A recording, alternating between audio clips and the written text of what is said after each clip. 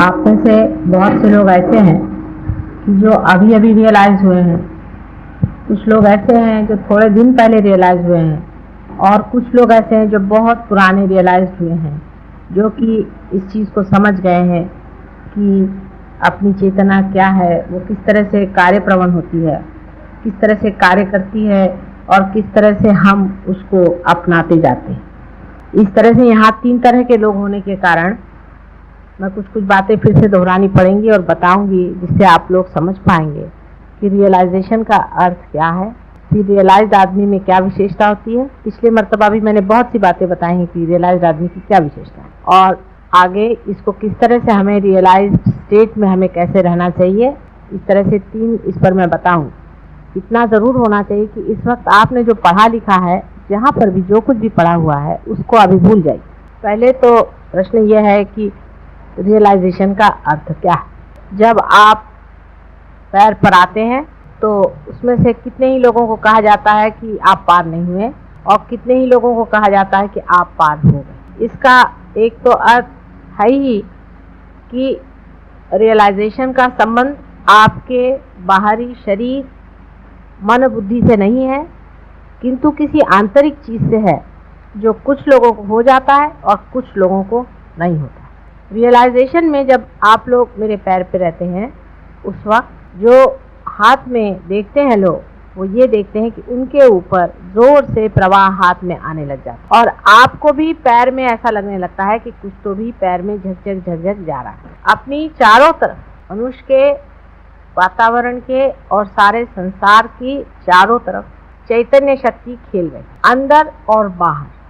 जैसे कि हर एक पेड़ के अंदर भी चेतना शक्ति है, उसके पत्ते में भी चेतना शक्ति है, उसके मूल में भी है, और उसी तरह से ये सारे भूमंडल पर भी चैतन्य शक्ति का वास है। चारों तरफ जैसे कोई ईथर होता है, इस तरह से ये चैतन्य शक्ति चारों तरफ चल रही है, और अंदर बाहर हर जगह उसका वास है। और वही शक्ति पूरा जो कुछ कार्य जड़ शक्ति का करने का है, करती रहती है। अब ये शक्ति हमारे अंदर कुंडली नामक, इसको कि कुंडली लोग कहते हैं, कुंडलिनी कहते हैं, लेकिन कुंडलिनी एक शब्द है दिया हुआ।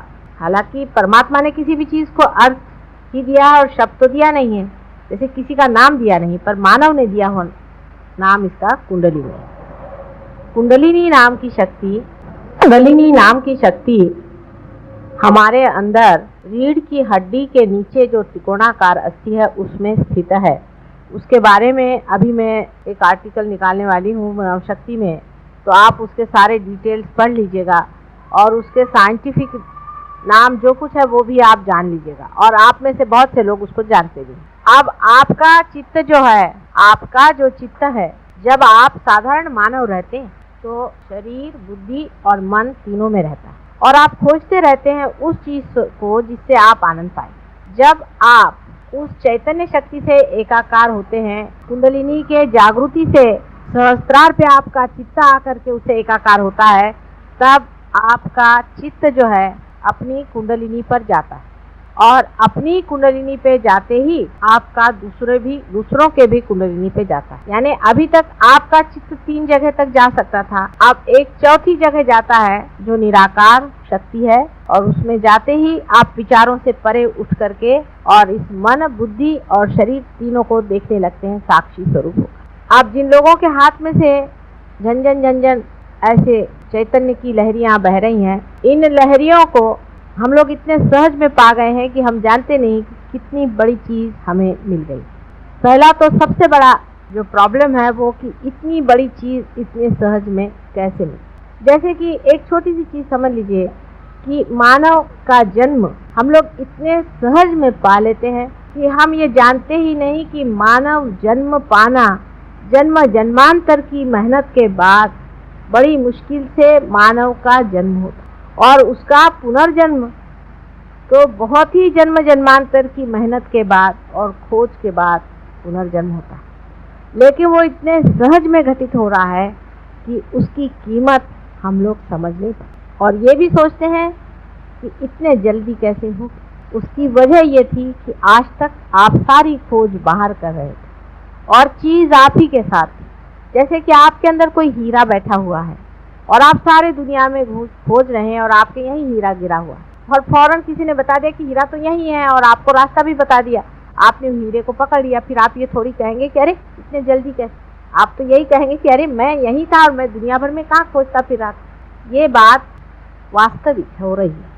जब हमें सहज योग से ये दशा प्राप्त होती है तो वास्तविक में हमें इसकी प्राप्ति इतनी सहज में होती है कि हम समझ नहीं पाते कि कहाँ से कहाँ पहुँच। या ये कहिए आधुनिक युग में जिस तरह से आप एकदम से चंद्रमा पे पहुँच जाते हैं, पता भी नहीं चलता। आप अगर चंद्रमा में एक क्षण में अगर पहुँच सके, ऐसी कोई व्यवस्था हो जाए तो आप हो सकता है कि आप ऐसे ही महसूस करेंगे कि हम ये कहाँ पहुँच गए, कैसे हो सकता है चंद्रमा में हम एक क्षण में कैसे। इसी तरह से ये घटना जो है इतनी सहज में होती है, इतने सहज में ये घटना होती है कि आपको ऐसा लगना स्वाभाविक।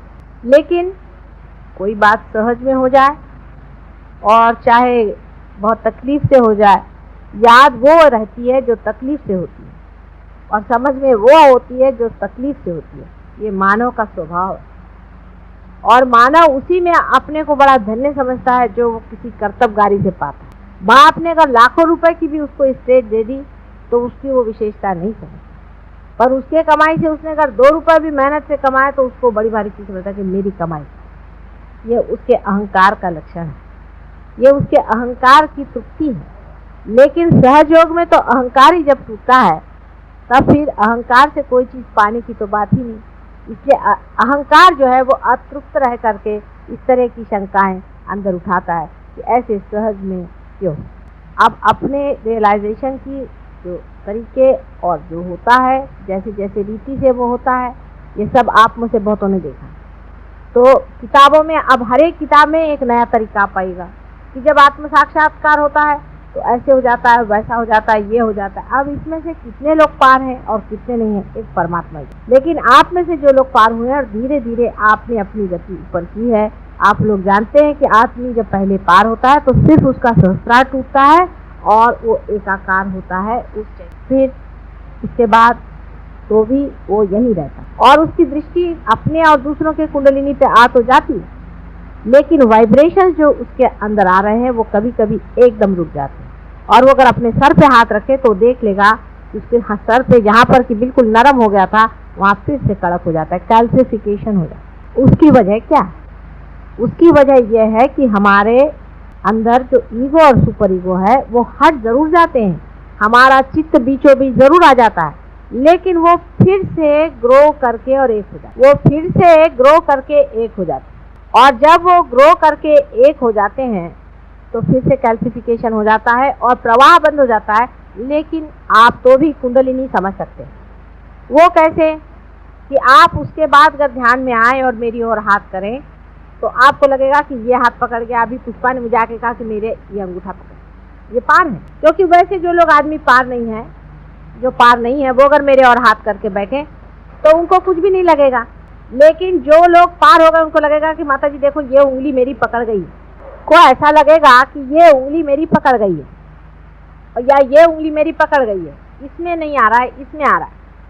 उसमें से जो जानकार लोग होंगे वो समझ जाएंगे कि कौन से उंगली का इशारा, कौन से चक्र। अब ये कोई कपोल कल्पित नहीं है, दिमागी जमाखर्च से इस बात का पता नहीं लगा। मैंने तो बताया नहीं, क्योंकि मैं अगर इसको बताती तो सब लोग ये कहते कि माता जी यूं ही उड़ा रहे। मैंने कहा तुम ही देख। तो जब उन्होंने ऐसे हाथ रखा और जब उनकी ये उंगली जलने लग गई तो मैंने कहा कि अच्छा इनके नाभि चक्र पे तुम हाथ रख के देखो, तो नाभि चक्र चल रहा। अपने अंदर आंख बंद करके देखो तुम्हारा कौन सा चक्र चल रहा है, तो नाभि चक्र चल रहा है।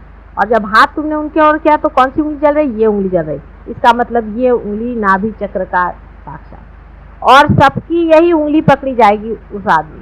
तो निर्विवाद ये बात है कि इस पर किताब चाहे कुछ भी लिखे, जिस तरह से जो होता है वैसा ही होता है। अभी कल ज्ञानेश्वर जी को लेकर के एक साहब मुझसे भिड़ रहे थे बहुत ज्यादा। ज्ञानेश्वर जी आज होते तो उनसे हम ही बात कर लेते। वो भी खोज रहे थे तरीका किस तरह से बात समझाने का, लेकिन उनको बन नहीं पड़ा। बहुत छोटी उम्र में उनकी मृत्यु हो गई। ऐसे बहुत से लोगों की अपमृत्यु होने के कारण भी बहुत कुछ गलत फहमियाँ संसार में फैली। और उन्होंने किताब लिख दी, ये दूसरी गलती कर दी, जिस वजह से मैं किताब लिखने से बहुत डरती हूँ। किताब लिखते ही 7 लोग उसका रटना शुरू कर देंगे और उससे भी लोगों पर कंडीशनिंग हो जाए।